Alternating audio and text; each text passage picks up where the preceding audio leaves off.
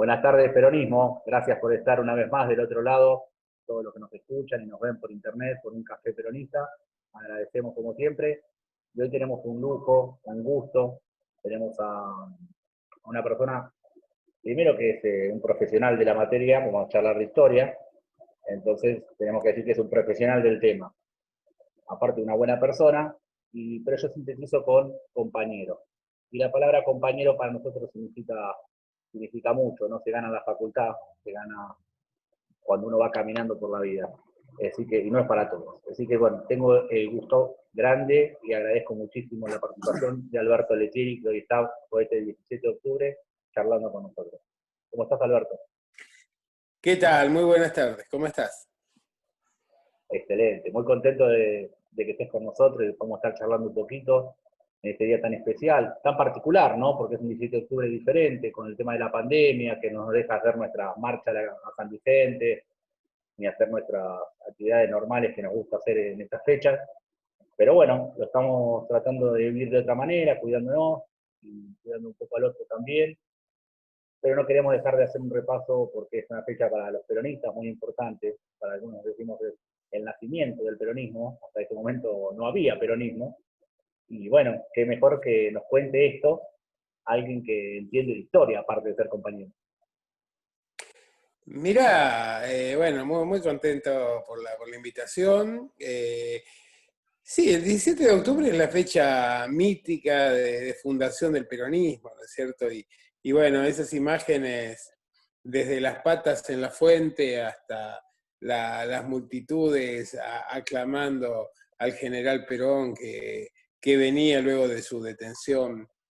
Pero en realidad, a ver, el peronismo creo que nació antes, y nace en los 2 años previos, donde la mayor parte de las conquistas que se asocian con el peronismo se realizaron en el marco de la gestión del general Perón en el departamento, la dirección y luego la secretaría y más tarde el Ministerio de Trabajo, ¿no? Claro, Creo que esto es importante. Lo primero que hay que tener en cuenta es que cuando Perón asume había un departamento de trabajo, no había ni ministerio ni secretaría. Las cuestiones laborales y los conflictos obreros eran resueltos a través de cómo eran considerados delitos a la propiedad y eran resueltos en la órbita del jefe de policía o del ministro del Interior. Por esta razón, entonces, ahí hay una primera cuestión importante, que es la idea de revalorizar el trabajo, no solo en su dimensión creativa y en su aporte a la economía, sino en cuanto a la dignificación del trabajador. Y este es el primer punto que me parece que hay que destacar. importante de verdad tenerlo en cuenta porque si no se nos pasa por alto a veces. Claro, cuando el teniente coronel en ese momento, si no me equivoco, sería, El eh, teniente, el eh, viejo coronel Perón, ¿no? claro, hay el ministerio ocupando el cargo, lo que después fue el Ministerio de Trabajo, como decís vos, empezó a reivindicar esos derechos, que también lo hizo tomar el protagonismo que tomó para la masa obrera, la masa trabajadora, que al fin había alguien que los tomaba como trabajadores con derechos, y no como casi simples esclavos que si protestaban estaban cometiendo un delito. Mira, yo creo que sí, y yo creo que, a ver, si uno quiere ver el peronismo, a ver, desde sus orígenes, tiene que remontarse a sus escritos, a los escritos de Perón, que utilizaba para sus clases en la escuela de guerra. ¿Por qué razón? Bueno, porque en esos escritos ya aparecen elementos tales como la táctica y la estrategia, pero fundamentalmente muchos componentes de lo que luego va a ser la doctrina del peronismo. Perón no es un improvisado, ¿No? precisamente, y a su formación teórica le suma ese viaje que ha sido un viaje, digamos, que en buena medida cambia la perspectiva de Perón cuando él advierte la importancia del trabajo como forma de inclusión social. Porque el liberalismo lo que había hecho siempre era ampliar libertades teóricas, por ejemplo el sufragio, pero en la práctica esto no tenía que ver con una reivindicación concreta de las condiciones de vida ni en las condiciones de trabajo de las mayorías populares. Entonces, Perón lo que advierte es que hay que impulsar procesos de inclusión que dignifiquen a los trabajadores y a las trabajadoras, pero básicamente a través del empleo. Y esto es fundamental. Por eso creo que ahí radica la dignidad, porque, a ver, de alguna manera sintetiza una matriz cristiana que valora el trabajo, aquello de cosecharás tu siembra, la idea de que luego va a quedar registrado en el concepto de comunidad organizada, y Totalmente, claro. fundamentalmente, digamos, que sea el trabajo el agente que posibilite, el instrumento que posibilite la dignificación de los trabajadores. Por eso ahí hay un elemento sustancial.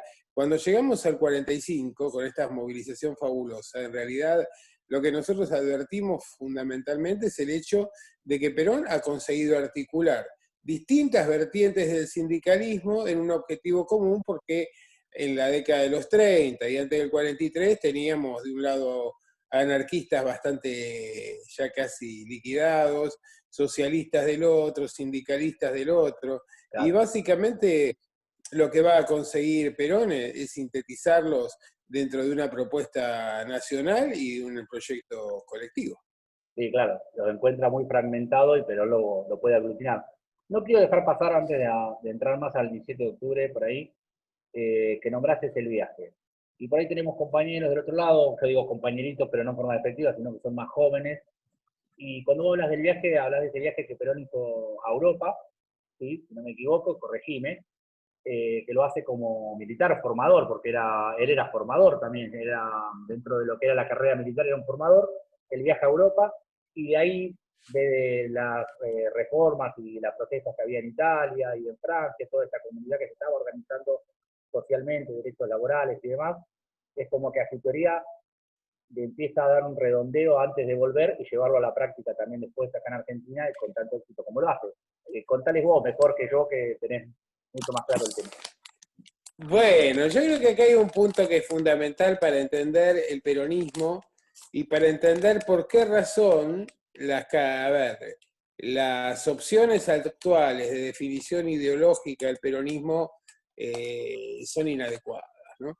Es decir, Perón cuando viaja a Europa encuentra una Europa liquidada en un periodo de entreguerras, con odio, con exclusión, con miseria, con destrucción por todos lados.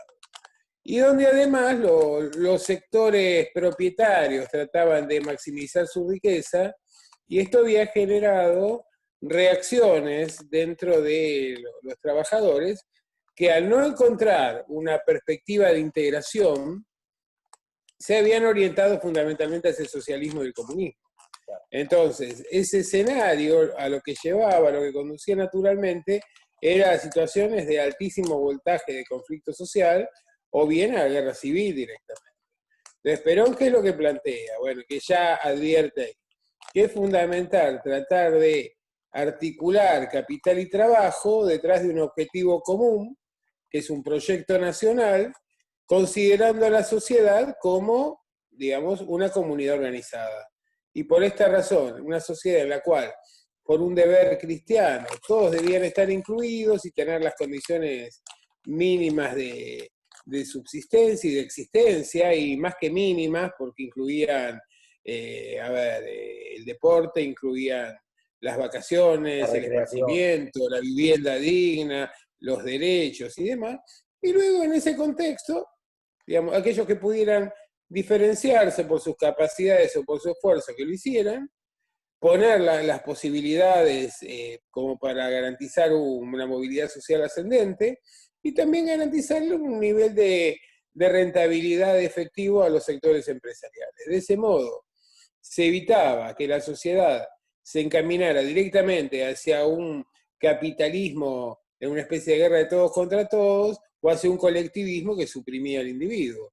Por esta razón, la definición de que el peronismo es un movimiento de centro que adopta políticas que pueden estar más asociadas dentro de ese imaginario a la derecha o a la izquierda, según cuáles sean las exigencias o las condiciones exigentes, pero siempre privilegiando este ideal comunitario y este reparto de 50 y 50 entre empresarios y trabajadores, ¿no? Lo que, bueno, me acuerdo canciones de la época que decíamos ni yanqui ni marxista, peronista.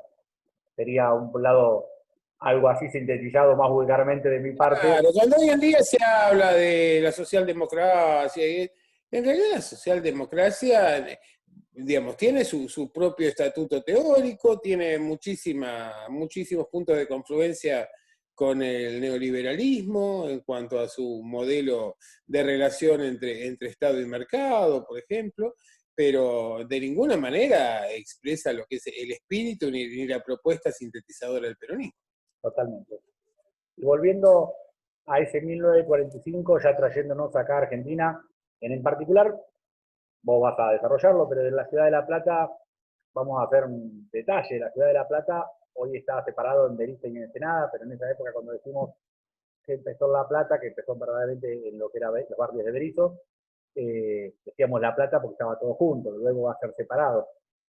Pero en ese momento arranca en lo que es Ciudad de La Plata, estas movilizaciones de los frigoríficos que estaban arraigados en muchos lugares y demás, y bueno, y empieza esta movilización a Buenos Aires, pero vos contanos la verdadera historia, cómo nace, quién lo impulsa, eh, es voluntario, Mira, natural, yo está creo que el problema es organizado, bastante... a ver, es un tema que ha sido controversial claro, por la dimensión mítica que se le ha dado, ¿no?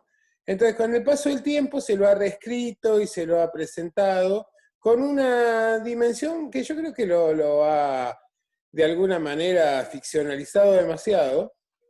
Perón había sido desplazado de sus cargos de vicepresidente, ministro de Guerra y ministro de Trabajo que tenía en la gestión de Delmiro Farrell, por presión, sobre todo, de los sectores conservadores y reaccionarios, que serían el gorilaje actual, digamos, si lo queremos ver.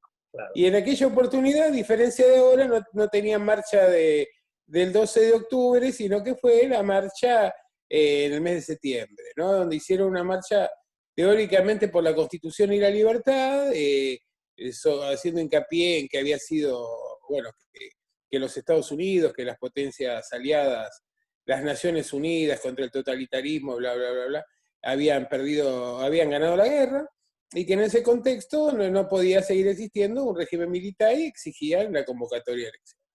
Y inmediatamente lo que exigían era el desplazamiento de Perón por el hecho de que efectivamente era aquel que ponía en cuestión esa voluntad de esos nostálgicos del 43 de volver a las condiciones de sobreexplotación de los trabajadores. Claro, Esto es muy claro. Es más o menos lo mismo que la marcha del del lunes 12 de octubre. que Sería. convocó Juntos por el Cambio. Y la respuesta fue una convocatoria de la CGT para un paro general de actividades para el 18 y 19 de octubre. Pero esto se anticipa, ¿por qué razón? Bueno, porque en realidad hay todo un proceso de disputa y de confrontación entre algunos de los dirigentes de las distintas centrales sindicales y de los sindicatos, y Perón de alguna manera quiere demostrar que su apego pasaba más bien por los dirigentes que trabajaban en los lugares de trabajo y básicamente el hecho de que ese respaldo se lo daba el pueblo más allá de lo que eran, digamos, exclusivamente las organizaciones sindicales. ¿Por qué? Porque él no quería presentarse como un dirigente obrerista, porque su objetivo y su programa apuntaban digamos, a liquidar la grieta de alguna manera y generar un proyecto nacional que incluyera a todos. Entonces, por estas razones que se inicia la movilización y empiezan a llegar trabajadores de todos lados, de Berisso, de Ensenada, de Lanús, de toda la zona industrial de la época, en principio, y luego se va sumando la población de a pie de manera generalizada, y bueno, y se produce una movilización que duplica la marcha sobre Roma de Mussolini, por ejemplo. Claro, No es no cuestión. es cosa menor, sí. Tenemos 1 millón de personas, por lo menos, movilizadas aquí y en las plazas principales de todo el país, o por lo menos de varias provincias, reclamando la libertad del general Perón. Ahí, en ese evento, Evita no tuvo participación. Aunque después quieran Sí, sí. imaginar que Evita... No, Evita estaba con Queda Perón en una bonito, situación... Sí, sí. Queda bonito Donde, claro, en todo sí, la lo fantasía, acompañaba, pero pero por supuesto que sí, todavía no era Evita. no, justamente te iba a decir eso. María Eva era todavía, luego se convertiría en Evita y pasaría a la inmortalidad y sí en todos nuestros corazones, pero hasta ese momento era María Eva la compañera de Coronel. Era una actriz radiofónica, también cinematográfica, que tenía una actividad sindical importante. Ahí se puede poner en cuestión otro mito, ¿viste? De que es cuando se conocieron, y si realmente se conocieron en una par, o ya se conocían de antes. Y de hecho, por la actividad sindical de Vita, podemos casi, digamos, afirmar que el conocimiento había sido previo, pero de alguna manera, digamos, también aparece esa mística de que los relaciona en la jornada de recaudación de fondos por el terremoto de San Juan del año 44. Y efectivamente, ahí vamos a ver que, digamos, Perón, bueno, extraído de su prisión en la isla Martín García, donde no la pasó nada bien, por otro lado, y luego, bueno, llega al balcón y Farrell le dice que hable, no le queda otra. Y Perón, fíjate que hay una particularidad, que es el hecho de que Perón siempre había dado discursos, digamos, sin machete, ¿no? Es decir, nunca había recurrido a un discurso leído. Sin embargo, en esta oportunidad hace un discurso leído, porque él quiere ser muy cuidadoso respecto de lo que dice y aclarar que su propuesta no es una propuesta que apuesta o que apunta solamente a los trabajadores, sino al conjunto de la sociedad. Por eso ahí asume un rol de estadista, porque va a ser un discurso en el que se pone los lentes, se transmite por cadena radiofónica y es muy puntual en lo que dice y sobre todo plantea algo que nos ha quedado un poco como la mística del peronismo, ¿no? Aquello de que su sueño es que los pobres sean cada día un poquito más felices. Y yo creo que ahí está la clave del peronismo, la felicidad. El amor, el compañerismo. Por eso algunos, de Cafiero decía, el peronismo es un sentimiento. Y bueno, de alguna manera, digamos, es difícil explicar exclusivo, es decir, si bien se puede hacerlo, se puede explicar al peronismo en su doctrina, en sus valores y demás. Yo creo que el peronismo más bien pasa por el nivel de los sentidos, de los afectos, ¿no? Es decir, no, sería, digamos, un programa, pero que además tiene como un alma.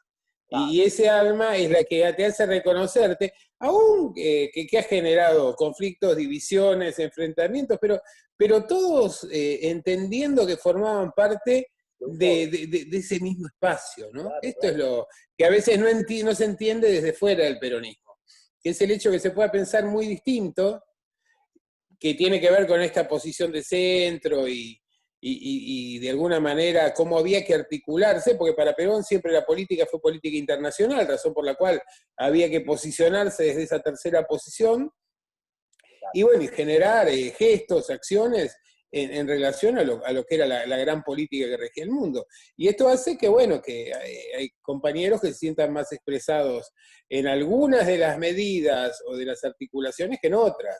Pero en definitiva hay un conjunto de principios y valores que nos identifican a todos.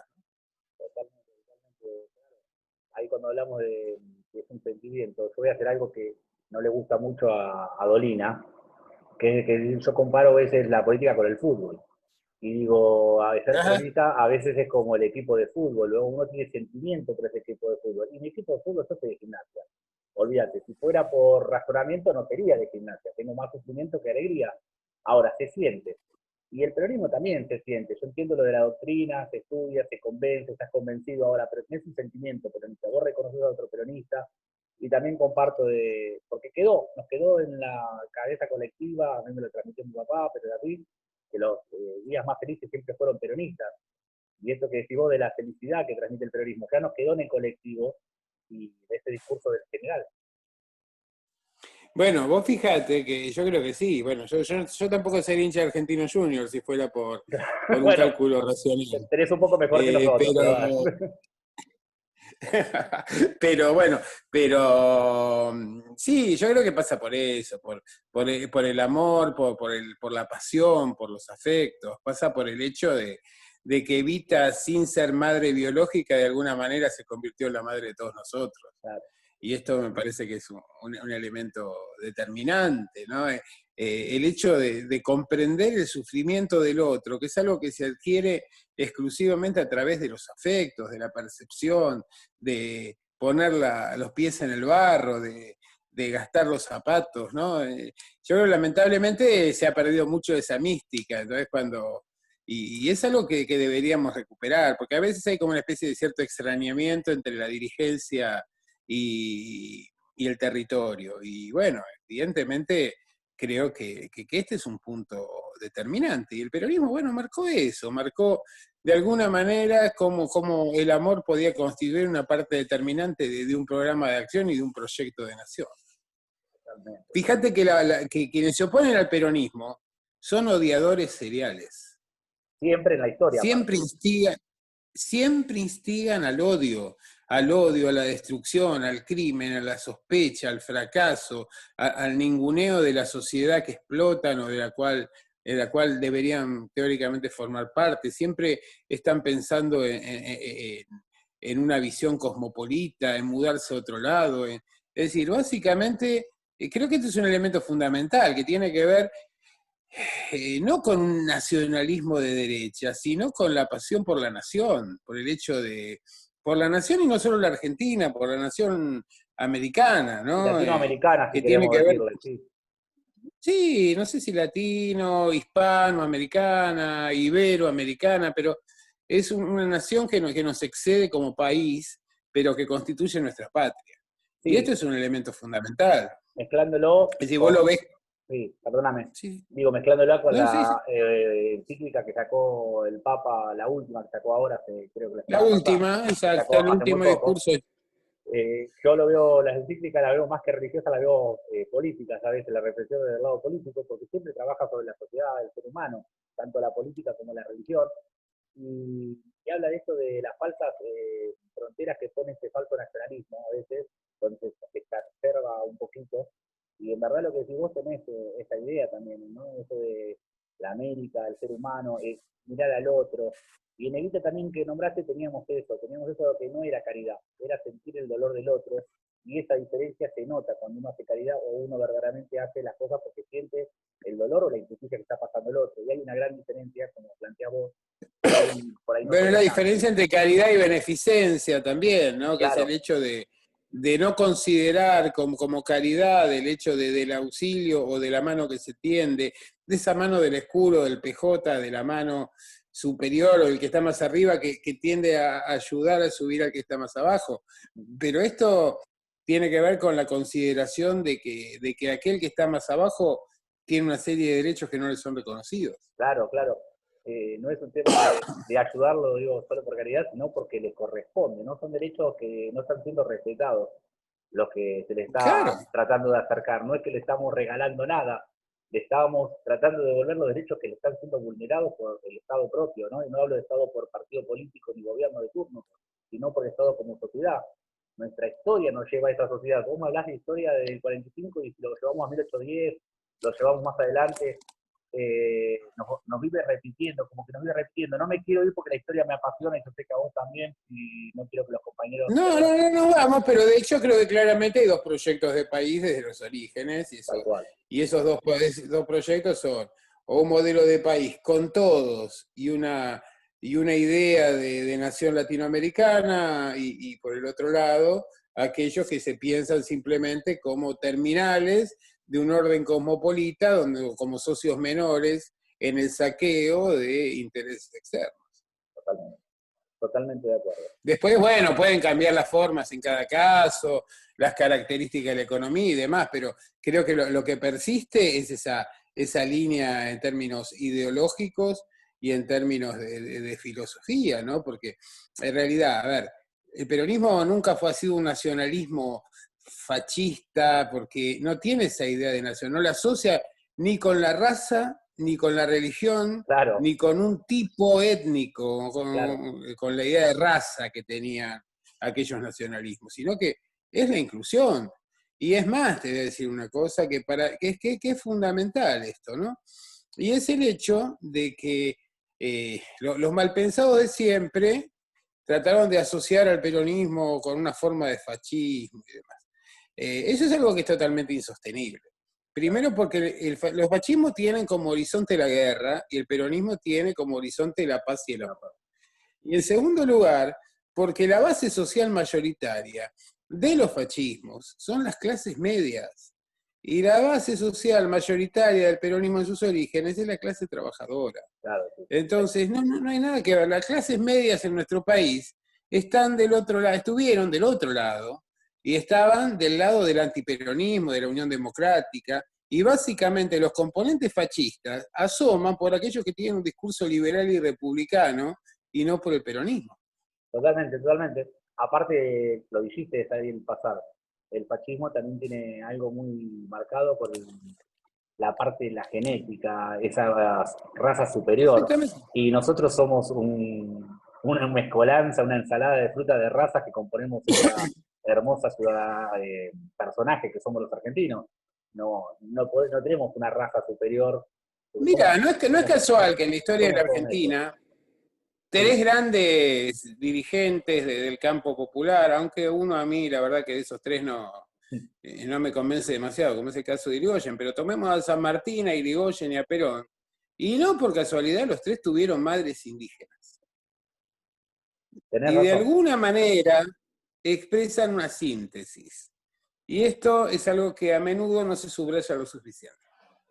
Mira, yo te voy a saltear a Irigoyen, no porque no respete cosas de Irigoyen que son de destacar. No, yo la verdad realmente me cuesta, a ver, no puedo incorporar a Irigoyen, por más que algunos lo hagan, dentro de una línea que me parece que pasa por San Martín, Rosas y Perón, claro, y más adelante siguió con Néstor Kirchner, en mi opinión. Comparto lo mismo en este caso, pero aparte vamos a dejarlo en San Martín y en Perón para alejarlo bien en la historia y hacer una mezcla. Es decir, si yo soy un viajante en el tiempo, tengo la posibilidad, que a los profesores de historia le encantaría, de viajar en el tiempo, y me encuentro con una Argentina de San Martín o con una Argentina de Perón, encontraré en los dos casos un país nacionalista, pero apuntando a Latinoamérica, a Sudamérica o a la América Ibérica, como quiero decirlo, San Martín tratando de unir, y al general Perón también tratando de unir eso, y viendo a los menos favorecidos, y los dos siendo perjudicados abiertamente por la parte, vamos a llamarle hoy, capital federal,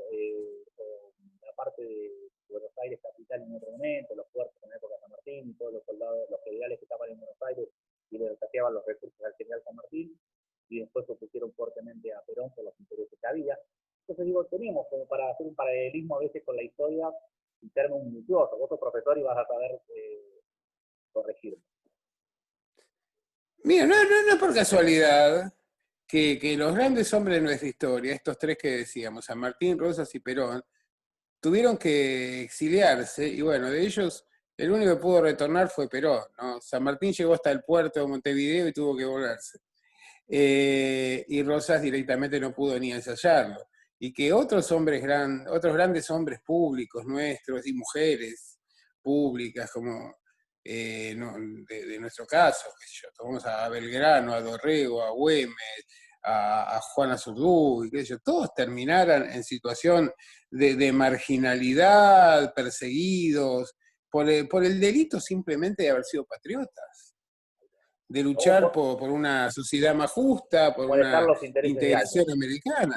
Sí, o molestar los intereses de alguien, no es casualidad, te molestaban intereses de ayer, de hoy y de mañana, que son siempre los mismos intereses. Yo cuando hablan de la grieta, la expando más allá de hablar de la grieta política hoy y de moda, a toda la historia argentina, y siempre hay dos lugares de la vereda, en verdad, digo yo. Estás de un lado o del otro. Después podemos tener matices en ese lugar, pero siempre del otro lado bien claro, de la vereda. Con los que estuvieron siempre enfrente de... Pero ¿por qué pasa esto de la grieta? Porque acá me parece que es algo importante. En muchas sociedades hay grietas, y en la nuestra lo hubo desde el principio.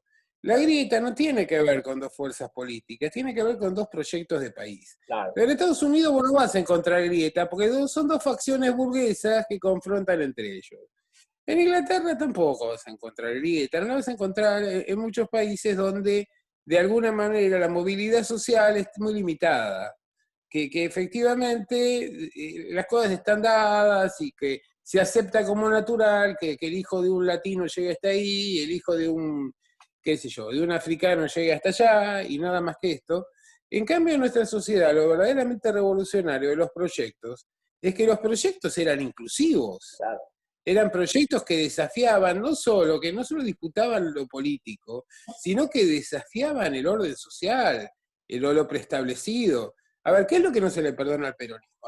Lo que no se le perdona es haberle dado conciencia al trabajador, ¿m?, de sus derechos, de que el plebeyo asumiera que tenía derecho a la dignidad, a las vacaciones, a la vivienda, al transporte, a la educación, a que sus hijos fueran educados, a comer todos los días.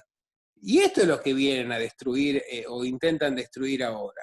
Es decir, esa idea profundamente democrática y pluralista, porque para quienes están del otro lado de la grieta, un plato de comida en la mesa de un pobre ya es subversivo. Claro. Bueno, lo decía una canción, si no me equivoco, que era de Piero, me parece que era de Piero, no tengo buena memoria musical, que hablaba de eso, ¿no? De Sí, comer es creo que subversivo, sí. Y creo que decía comer es subversivo. comer es subversivo. Imagínate, esto lo ves cotidianamente, lo ves, por ejemplo, con el tema de que si vos no le pones retenciones altas, los tipos te quieren cobrar acá lo mismo que están cobrando en un mercado internacional que funciona con divisas que quedan muy lejos de nuestras potencialidades. Lo hace el gobierno de un poco, pero básicamente Vamos a, vamos a hacer una pequeña pausita cortita y seguimos con Alberto Letieri en un café peronista. Bueno, seguimos en un café peronista dándonos el lujo de hablar con el compañero Alberto Letieri. Seguíamos, Alberto, cómo estábamos en el tema. no, es decir, el planteo era un poco este, ¿no? Que digo, cuando asume Cambiemos en la última gestión, lo primero que hacen es aumentar los precios de los productos de la canasta básica, liquidar el salario, llevar nuestro salario del primer lugar en dólares en América Latina al octavo. Es decir, endeudarnos todo lo posible, tratar de destruir los ministerios más, o desfinanciarlos, convertirlos en secretarías, como el caso de educación, de salud, de desarrollo Salud. social. Las Es tarifas, decir, el básicamente, aumento de las tarifas que el fue aumento de las al tarifas. bolsillo del trabajador fue impresionante, a las pymes fue difícil de sostener. Las pymes que son un motor de nuestra economía, fue difícil sostenerse con los aumentos de las tarifas. Claro, pero lo que no se entiende a veces es que ese proyecto no es un proyecto en contra del panperonismo, del kirchnerismo, del cristianismo. No, es un proyecto contra el pueblo argentino. Ese es el punto esencial. Tal ¿No? cual, Y se tal lo cual. disfraza y se lo manipula a través de los medios y lo intenta justificar de manera bastante absurda. Sostengo que los medios a lo largo de la historia fueron siempre una herramienta muy importante para estos modelos, porque hoy si hablamos de una marcha, vamos a armar una marcha a favor de la justicia, por la violación de los derechos, la violación de la Constitución, y si vamos para la época del general Perón, cuando se pide, bueno, cuando siendo vicepresidente se pide que se renuncia, hablábamos de lo mismo casi, hablábamos de la Constitución y de llamar a elecciones por los derechos vulnerables, todo siempre disfrazado, pero más o menos con el mismo discurso, por un discurso que los medios si lo venden bien camina, pero que si no es insostenible en el tiempo.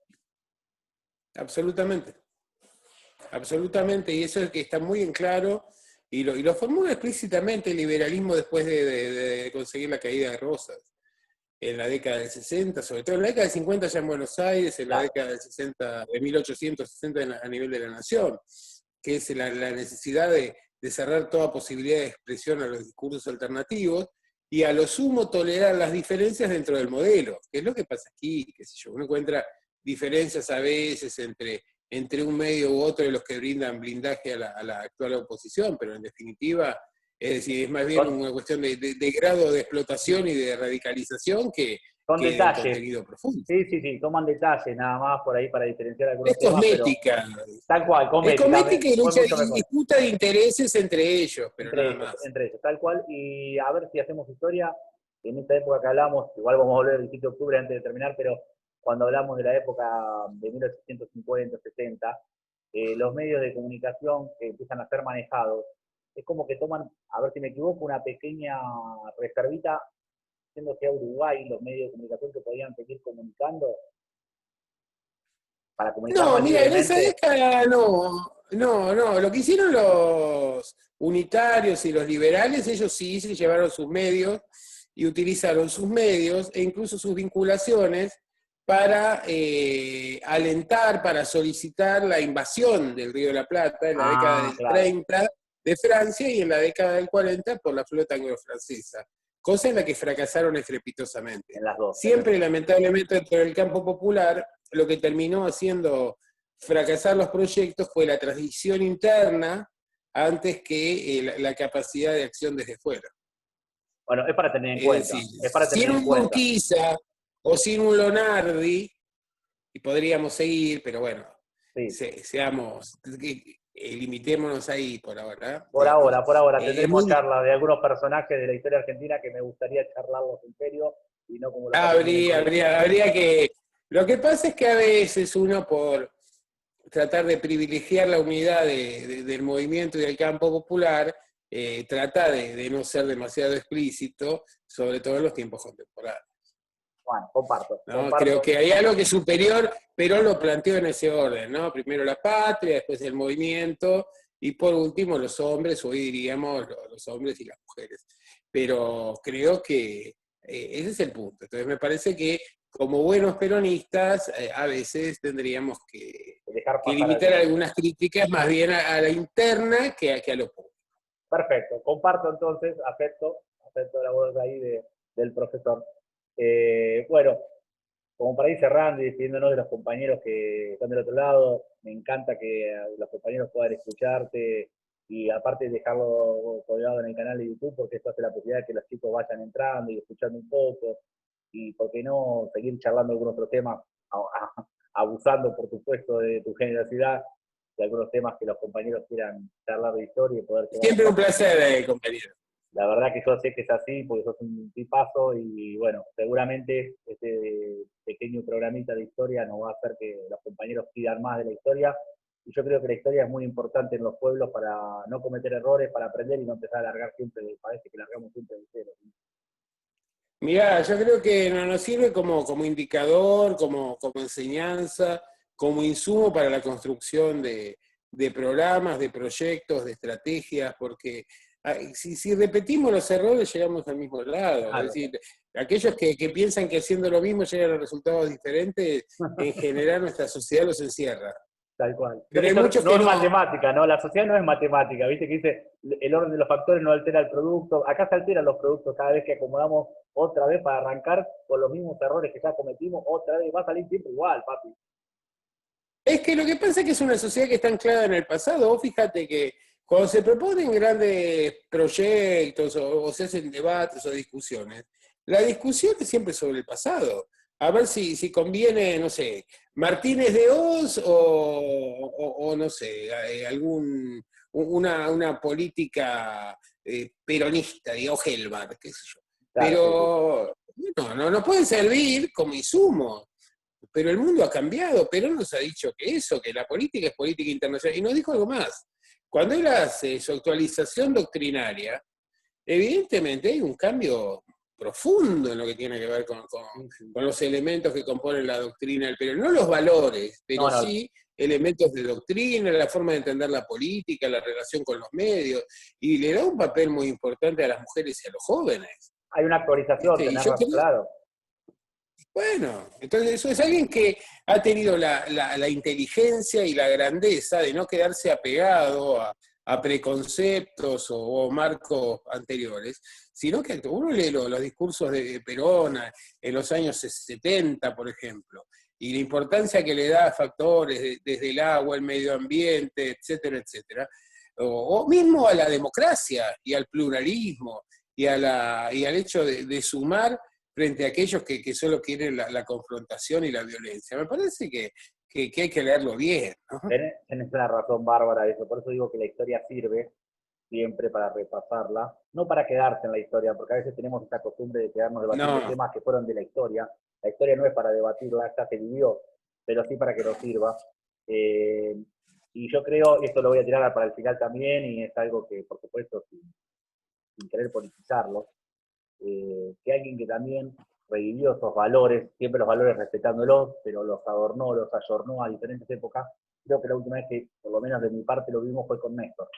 Creo que Néstor trajo eso de vuelta, los valores estaban, pero como que estaba ayornado al tiempo. Yo vi la juventud volver a creer en la política. Yo soy de otra generación, soy más grande, soy de unidad básica, pero se nos había perdido, nosotros habíamos perdido de seguir haciendo ese trabajo y de seguir multiplicando la unidad básica como me enseñaron a mí cuando yo era chiquito, pero como que Néstor volvió a traer la Mira, juventud, a hacerle creer a la juventud de vuelta en la política. a la juventud, y ¿sabes qué? También incorporó a las mujeres, incorporó a muchas personas que estaban decepcionadas de la política. Claro, Y los incluyó en un sueño colectivo, porque esto es lo importante. El conductor es aquel que tiene ideas, que quiere cambiar a la sociedad, pero que consigue entrar en sintonía con la sociedad. Y entonces esa idea, que está también latente en la sociedad, se convierte en una empresa colectiva. Y yo creo que a veces nos falta mística. La manera de enfrentar al orden racional del mercado, digamos, es sí. fundamentalmente a través de la mística, a través de las ilusiones. Por eso decíamos, es amor, es pasión, es patriotismo. Y bueno, si nosotros no apelamos a esos valores y queremos combatir con el otro, en el terreno del otro, y nos va a ir mal. Nos va a Totalmente. ir mal necesariamente. Entonces, Néstor, vos fíjate, Néstor decía que no tenía programa, bueno, él lo decía a propósito bueno, pero lo hacía como parte de su estrategia discursiva. Sí, Pero sí. cuando Néstor asume la Asamblea Legislativa en el año 2003, define todo el programa de acción que va a llevar adelante. Y además una cosa importante, que fue el hecho de que él no se sacó de encima a buena parte del gabinete de Duhalde, sino que se dio cuenta que eran los cuadros que precisaba y lo siguió sumando a su proyecto. Cuando tuvo que sumar a alguien, qué sé yo, por ejemplo, recordemos, a alguien que no formaba parte de su espacio, pero resultaba instrumental, del mismo modo que lo hizo Perón, lo hizo sin ningún tipo de reserva. Y básicamente vos ves la política latinoamericana que implementa Néstor en sintonía con otros líderes maravillosos que tuvimos en esa primera década del siglo XXI. Y bueno, efectivamente yo creo que ahí se percibe esto, la idea de la unidad, de la acción coordinada. Perón lo había planteado con el ABC, con esta articulación Argentina-Brasil-Chile, que luego debía sumar al resto. Y Néstor lo lleva adelante fortaleciendo el Mercosur, creando la UNASUR, el Parlamento Latinoamericano. Bueno, realmente, digamos, aquel que no comprenda que Néstor es una continuidad histórica de ese peronismo, de la más fiel, realmente entiende poco de peronismo. Tal cual.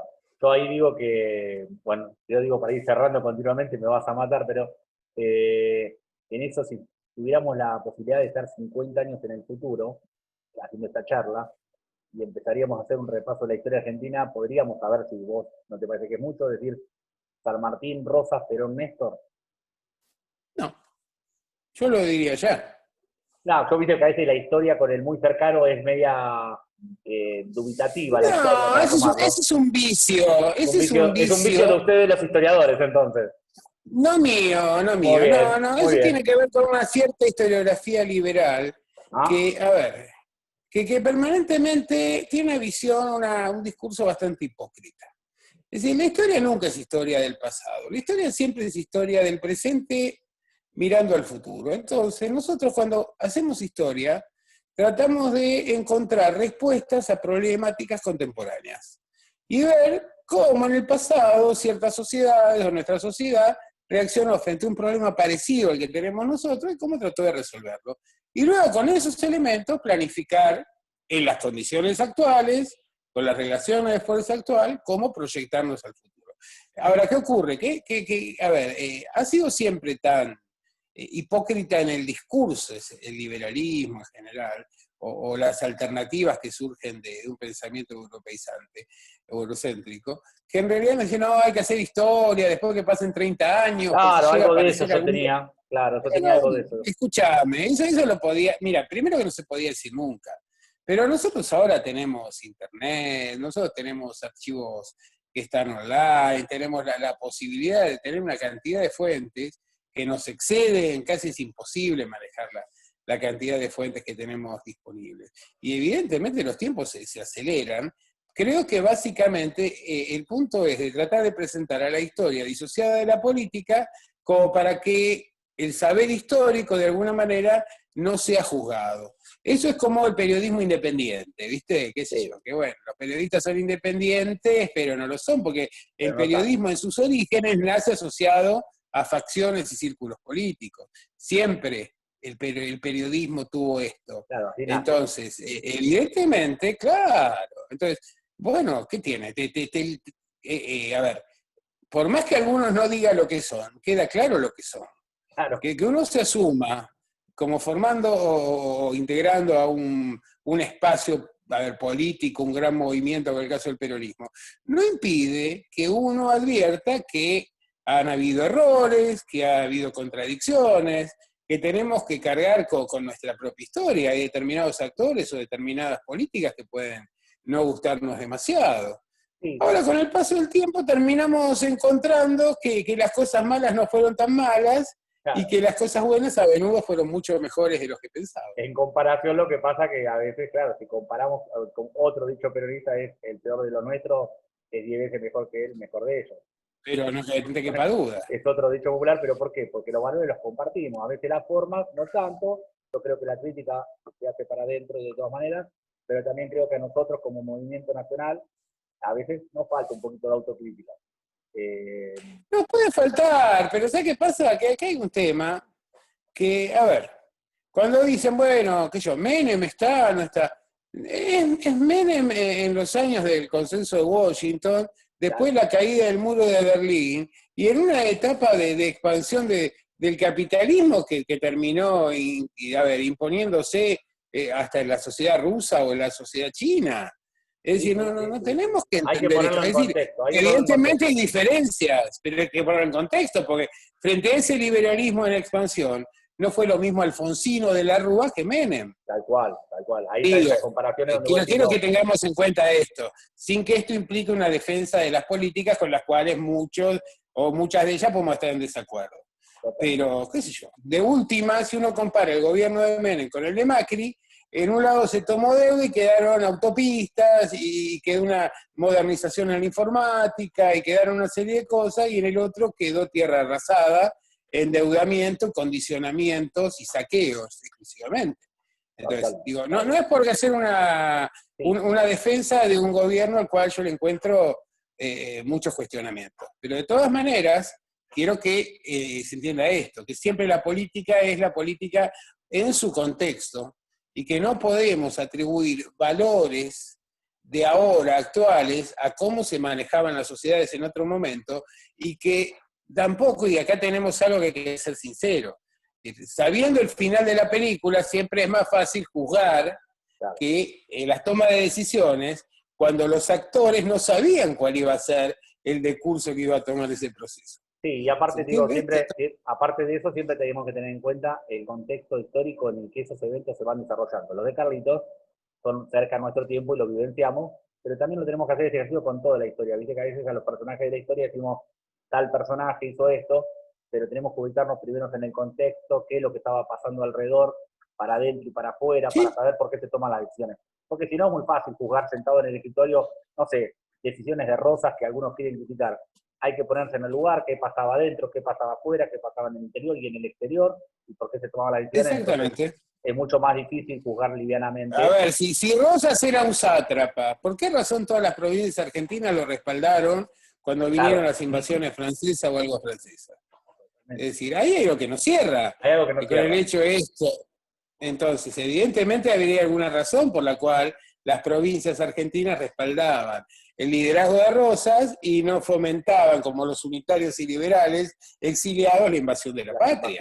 Digo, estas cosas hay que tenerlas muy en cuenta para entender. Y otra cosa que a mí me parece fundamental es el hecho de que si vos tomes el gobierno de Rosas, el gobierno de Perón, el gobierno de Néstor, vos ves los cuadros políticos que había en esos gobiernos. Claro. Y había debate, pero había debate que tenía que ver con la capacidad y con la entidad, incluso más allá de que nos disguste algunas políticas que se implementaron. El gobierno de Menem tenía cuadros políticos de Perón, sí. Puede ser que nos disguste que hubiera muchos extrapartidarios, pero incluso los extrapartidarios eran cuadrazos. Eran cuadros que podían debatir en cualquier... Y yo creo que es algo que le está pasando a la política y no en nuestro país. sino la política en general, que es el hecho de que ese tipo de actores con esa entidad no existen o no están en la función pública. Totalmente, ¿No? totalmente. Eso también podemos dejar en un programa porque eso también podemos hacer. Perdón. Sí, tranquilamente, yo creo que sí que ese es un tema interesantísimo. Un pantallazo aparte internacional, no solamente local, y podemos ver cómo en todos los demás países pasa eso mismo. Y eso sería interesante también traerlo, Exactamente. porque hay temas que están abajo de la alfombra, que no se hablan, que no ven, que no me parece que no le interesan a la opinión pública, pero es a los formadores de opinión pública a los que me parece que no les interesa. Entonces, son temas interesantes para poder desarrollar. Mira, yo te digo una cosa nada más, pero hay un montón de críticas que le podés hacer a la gestión de Menem y hay cosas que uno no le perdona como peronista, como es el abrazo con Isa Rojas y demás. Ahora, Menem, por el otro lado, fue el que reivindicó en los tiempos contemporáneos a Rosas con el billete de 20 pesos. Tenés razón. ¿Te acordás? Sí, tenés razón y eso se nos pasa por la cabeza. A veces se nos pasa de nuestra memoria en el andar diario. Y es una razón de... Por eso mismo te digo, son cosas que siempre tenemos que tener en cuenta, porque el gobierno de Alfonsín reivindica a uno de los autores del atentado en los subtes del año 53, al cual luego lo va a designar como ministro de Transporte, y cuando muere le va a poner una estación de subte con su nombre. Aquel tipo que promovió y causó la muerte de sus compatriotas a través de un atentado criminal en el año 53. Eso es lo que hace un gobierno radical. Claro. En cambio, un gobierno peronista que hace, bueno, en el caso de Menem, con todas las contradicciones y objeciones, el tema es, viste, que siempre se dice, ¿qué hubiera hecho Perón? Bueno, pero no estaba Perón. No, y tampoco era no la época Perón ni en los Perón. 90 ni en los 2000. No, Para nosotros elegimos, nos parece que, a ver, que la continuidad histórica de Perón se da con Néstor. Yo creo que es lo mismo, creo lo mismo, pero de todas maneras, por eso te digo. me gusta que nos hagamos Pero cargo. la década del 2000 era distinta que la década del 90. Totalmente. Igual me gusta que nos hagamos de todos los peronistas, lo digo. Siempre hay que hacerse cargo de todos los peronistas, somos todos los peronistas, el gobierno es de todos, y si no estamos de acuerdo con algo, era siempre para discutirlo puertas para adentro y plantearlo, por supuesto, porque somos los peronistas todos así, de plantear las cosas. Sí, y yo invito a que tomemos la década del 90 y veamos qué declaraciones y qué opiniones les merecía Carlos Menem a muchos de los que después se posicionaron o tomaron otras posiciones en la medida en que la política y las condiciones eran otras. Fueron cambiando y variando, totalmente de acuerdo, Alberto. Te agradezco muchísimo, la verdad. Espero que a nuestros oyentes les guste tanto como me gustó a mí poder mantener esta charla. Y por supuesto que te dejo la invitación para poder seguir charlando, porque la verdad que los temas abundan y está bueno que podamos difundirlo por diferentes canales. Así que agradezco mucho a los compañeros que están del otro lado escuchando, pero sobre todo a vos, Alberto, por acompañarnos en este 16 de octubre, que sabés que es muy importante para nosotros la fecha en particular. Así es, te agradezco mucho la invitación, ha sido un placer y por supuesto siempre a disposición, y recordar a los compañeros aquello de que los días más felices siempre fueron peronistas. Bueno, saludamos a todos nosotros tenemos nuestra frase de cabecera cuando nos vamos, que decimos, ¡viva Perón, carajo! ¡Viva Perón, carajo! Muy bien.